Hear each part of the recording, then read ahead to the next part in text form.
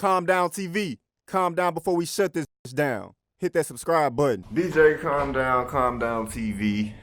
And tell us who we got today. Man, we got the OG SOSA Da Plug, man. Sharp Gang, Hefe. West Nashville, 40 Block Money Gang. Y'all know what the fuck going on, man. Salute. He said West Nashville. Yeah. West Nashville, man. Where it's funky. Shout out to the jungle, baby. Oh, yeah. Tell us about growing up in West Nashville. Growing up in West Nashville, homie. That should be a whole separate interview, though. Yeah. Growing up in West Nashville, man, it's a game of cat and mouse. It's a game of it's maze. It's a game of life and death, man. Pure survival. Yeah. My mom, I'm not from Nashville. I was born in Knoxville, Tennessee, on the west side. You feel me? Okay. And my whole family is there, man. All my cousins, my aunties, my grandmother died, God bless her. My whole entire family, man, is in Knoxville. So, but I've been in Cashville since I was like 4 years old. Yeah. My mama brought me here as a little baby, you know. She had a choice to pick from a spot on the east side, the south side, and the west side. So, you know, the family being from the west side, we automatically, man, take us to the west side, man. And it wasn't a mistake, but it wasn't a mistake to make that choice. But I'm gonna say that it set me up to have a much more of a struggle in my life than a lot of other my contemporaries and peers and other artists and shit that I interacted with in the town, man. Coming from where I'm from, it's like a shark eat shark mentality from my hood. It's a whole lot of crossing, double crossing, and even triple crossing going on, and it's hard to make it out. If you make it out on the west side, man, you did something. You know what I'm saying? You can make it anywhere, straight up. Yeah. It's just a whole lot of murder, a whole lot of drugs, a whole lot of hopelessness. But I'm gonna say this about the west side, man, about Preston Taylor home. Gentrification changed everything as far as it made life 10 times worse on the west side than it was when we had them bricks up. Yeah. Bricks is like an army fort, bro. You know what I mean? And you know, I can still remember times when I remember one time when I was a baby, my mama go next door and ask and they beat them if they got some eggs. So now she told me to go get some sugar. Okay. So I took a cup. I went down. I had to go downstairs to go to my front door. That's how the project was built. One house on the end, you gotta go downstairs to go to your front door. So boom, then you go upstairs and it's another door right there to go into the living room. Yeah. So boom, when I get to the door, I open it up and my homeboy was trying to knock on my door. Yeah. He was trying to knock on my door. I'm standing there with the cup in my hand. I'm like, what's up, big bro? He said, man, I need some eggs. My mom told me, I said, Free, you need some eggs? Shit, I need some sugar. So he bust out laughing. He said, all right, give me the cup of me. You go give me 2 eggs. I'm gonna go get you some sugar. You know what I'm saying? I think about that all the time, bro, because, you know, like that was family. We was right next door. We used to scream down through the vent at each other what we needed. Right. You know what I mean? They take the projects. And they on TV saying, the project's dangerous. And what's dangerous is when I'm poor, somebody with $1 million live next door to me. They don't care nothing about me. Yeah. So I gotta get out here and fend for myself. I'm a member of a lost tribe. You know, America happens to owe my race between $6 and $14 trillion in reparations. Yeah. You know, for past crimes include, but not limited to slavery. You see what I'm saying? Including but not limited to slavery, bro. So, you know what I'm saying? Being behind the 8 ball, you need help. So we needed that community-based economics so you could depend on one another. For instance, back in the day when I was a baby, all black men owned all the hood stores in town. As soon as the rules changed, now you got like the black dollar used to be in your house, used to be in your neighborhood for over a month. Yeah. And these days, the black dollar only survives for 15 minutes. As soon as you wake up and you go out of your house, you go spend money at the Arab store, you'll never see that dollar again, though. They're gonna take that and if they got to ship it overseas, you will never see it again if they got to pay it to Uncle Sam or whatever. You feel me? So, you know what I'm saying? Like, us not being able to be poor together, that's even much more dangerous than, you know what I mean? Yeah. Straight up. But we're going to get into that, man. We're going to talk about that gentrification shit, because it's levels and levels and levels. So, yeah, let's go back a little bit. What were you into growing up? Were you always into music? Was it sports? Was it just trying to survive? What were you doing? I'm a Gemini, bro. You know what I'm saying? And I'm an eccentric. Okay. You know what I mean? I'm a creator. So ever since like kindergarten, I've been an artist. You know, storyteller, writing books. I didn't even know I was gonna be a musician, but But ever since I was little, I just like to be outside, fam. I like everything the street niggas like. You know what I'm saying? Sports, contact, rough sports. We played football in the street before school. You know what I mean? Pick up Smith type shit. Yeah, man, straight up. Pick up Smith, shit like that, man. You know what I mean?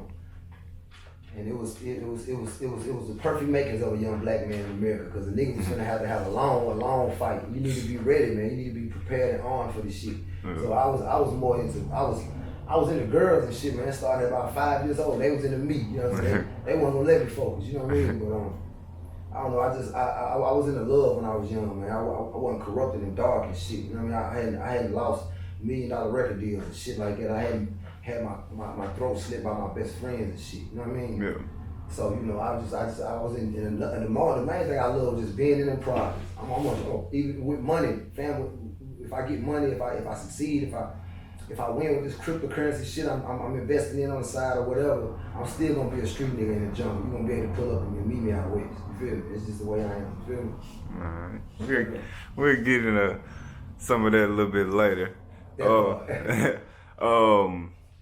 But as far as your younger days, were you into school? Did you like school? Her favorite subject, you mentioned writing a little bit. Yeah. But was maybe language or? It was, man, that was the shit, man. Yeah. Literature and world history, writing and shit like that. That was what I spent much of my time. My granny told me when I was little, one time I was like, "Grandma, hold my money for me." She said, "Go put it in a book." And I didn't know what she was talking about. She said, "Open the book and stick it in there. Niggas ain't never gonna look in there." Right. You know what I mean? Just straight up. You know, I held it. I kept it with me for the rest of my life, man. I started to try to figure out what's in the damn books that they hide from us. You know what I'm saying? And I ain't gonna even say it was my interest, bro. I'm gonna say I'm really gonna put a lot of the onus on the fact that I think it's in my DNA. I got a 4-year-old son right now. Yeah. And it's my baby, man. His name Baby Man. He's the youngest of my babies. He a twin, but he's 10 minutes younger than his sister. Okay. So they treat him like he a year younger now. You know what I mean?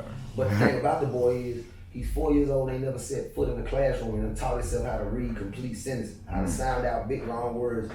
You know, he was trying to read the word sensational the other day and got it almost halfway right. But words like Michael Jordan, complete sentences like I want to go there, or Fruit Loops birthday cake flavor. Man, dude is 4 years old and has taught himself how to, like, he must be on at least a 2nd grade, 3rd grade reading level. Right. So I think it just might be in our DNA to be inquisitive and to seek knowledge, man. You see what I'm saying, bro? And I'm gonna tell you something else I figured out in school. I figured out that they can't.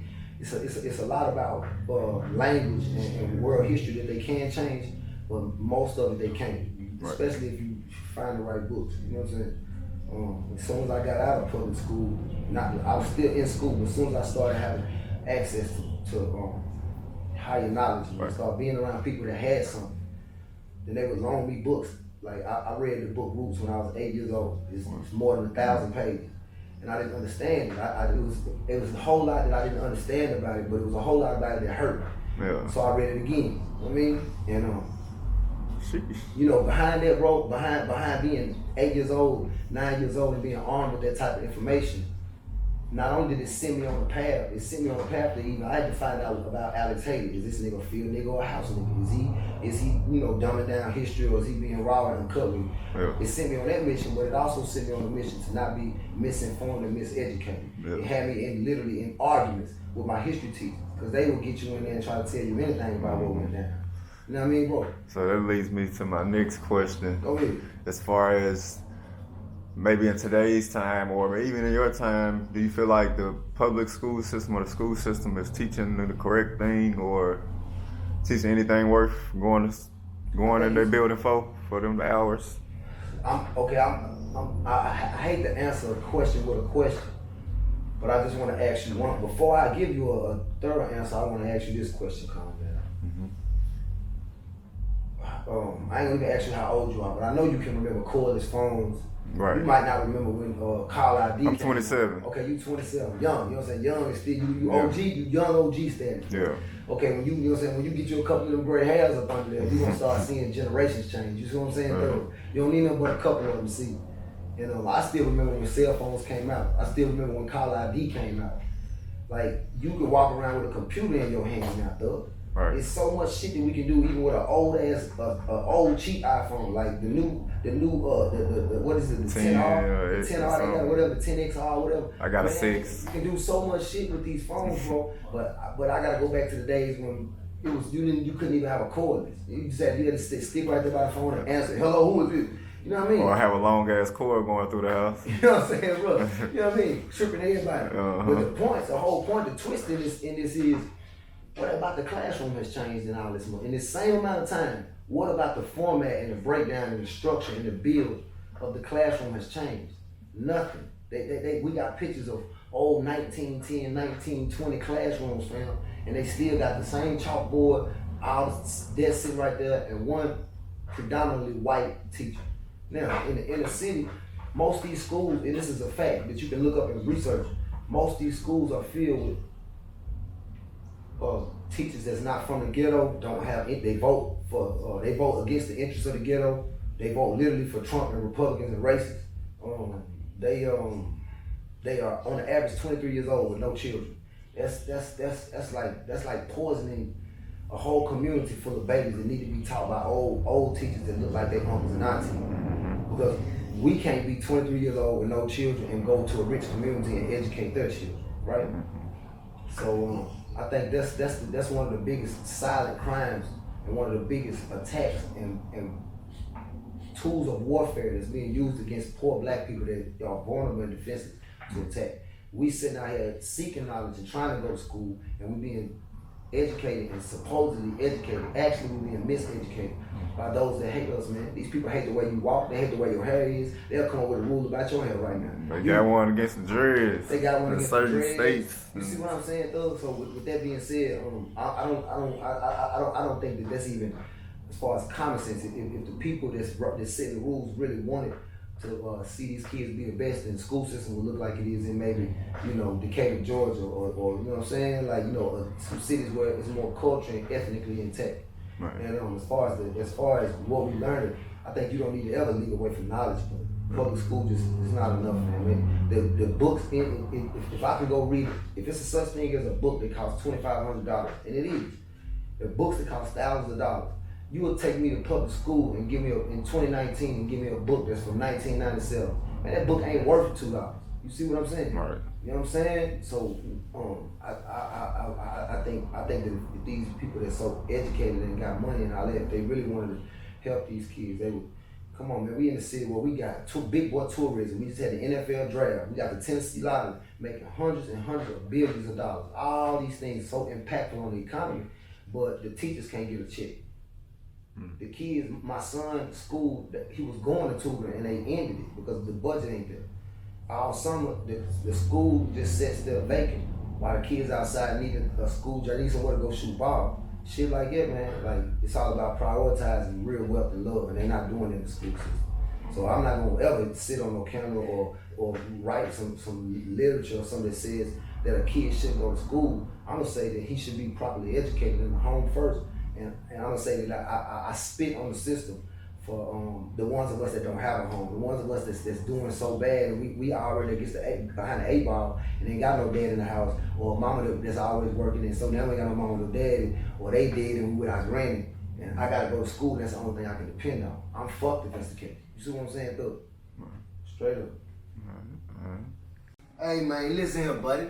Shout out, man, the West Side, man. SOSA Da motherfucking Plug, man. Shaw Gang here for in the building, man. Man, rock with Calm Down TV, man. Motherfucker need to calm down, man, if I let my Shaws come and shut this whole motherfucker down, bitch. You know what the fuck going on, nigga. Calm Down TV. Calm down before we shut this down. Hit that subscribe button.